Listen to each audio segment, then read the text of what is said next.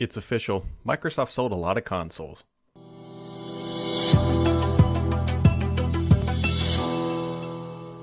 But how many consoles did they sell? We don't know.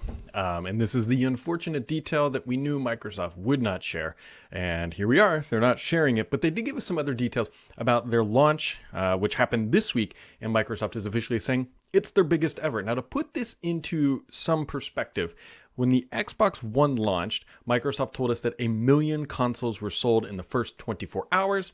So we know that they have sold more than 1 million consoles in the first 24 hours. That is an assumption that is a little dicey in itself, because biggest launch ever, does that mean in terms of revenue? Because in theory, then they could have sold fewer consoles but made more money, and that would make it the biggest ever. So when companies do this, it's really nebulous, because there's many different ways you could say biggest, because the other way they could describe it, the biggest, is, well, they launched in more countries than they did with the previous console. So again, it's the biggest in that perspective. But I think we all know what they really mean. Our console sales are the biggest ever, and they do give us some data a little bit to back it up. So here's officially what Microsoft is saying. They were saying more new consoles sold than any prior generation, with the Xbox Series S adding the highest percentage of new players for any console at launch, which that is pretty big. And clearly they're calling out consoles here. That is pretty big, saying that, hey, the Xbox Series S is adding new people to the Xbox family for Microsoft, which is a big deal, because it's at a very attractive price point. And they've also got Game Pass. And they also gave us some Game Pass stats too, which again are at a high level. They say next gen means more ways to discover and play. 70% of Series X and S consoles are attached to new and existing Game Pass members. That is huge for Microsoft. That is massive for Microsoft. That means that 7 out of 10 people who got a new console on Tuesday of this week are tied into Game Pass. And for Microsoft, that is their key metric. Remember, they want to be in the software as a service business.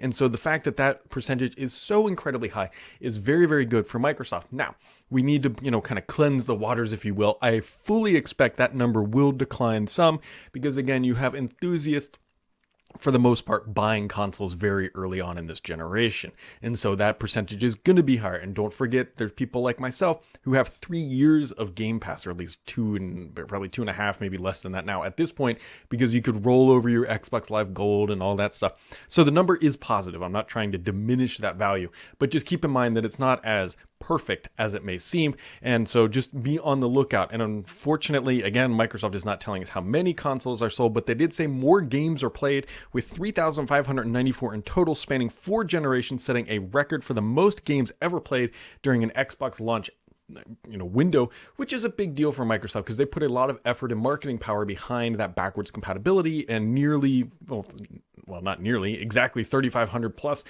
different titles were played during the launch period, or launch day, or whatever their metric is here, and showing that, hey, that breadth of capacity and ability to play many different games is a huge win for the Xbox generation. And then we have games today like dropping the new Call of Duty, and there's also Assassin's Creed, and so there's a bunch of stuff coming out that is going to help take advantage of this new stuff that kind of gets that. I think that backwards compatibility usage might drop some as we get more titles into the Xbox arena.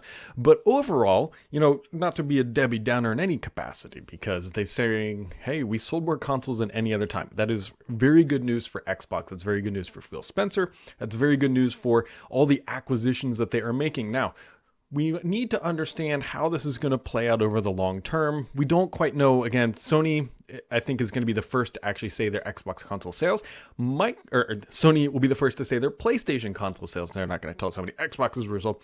Microsoft, honestly, I don't know if they're ever going to tell us. They're definitely pushing that Game Pass metric, and that is what they want investors to focus on, is Game Pass, not consoles sold.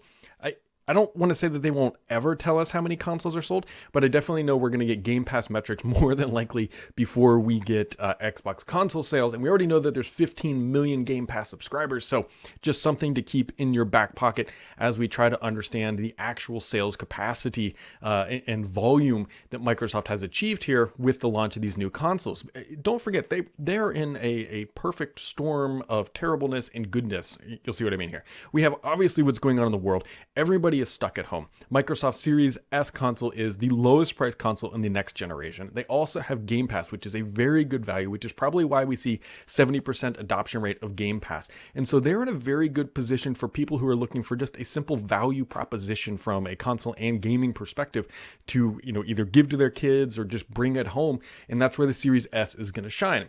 I'd love it if Microsoft would actually tell us a just on a percentage basis how many people bought the X versus how many people bought the S, but we still don't know that information, that breakdown.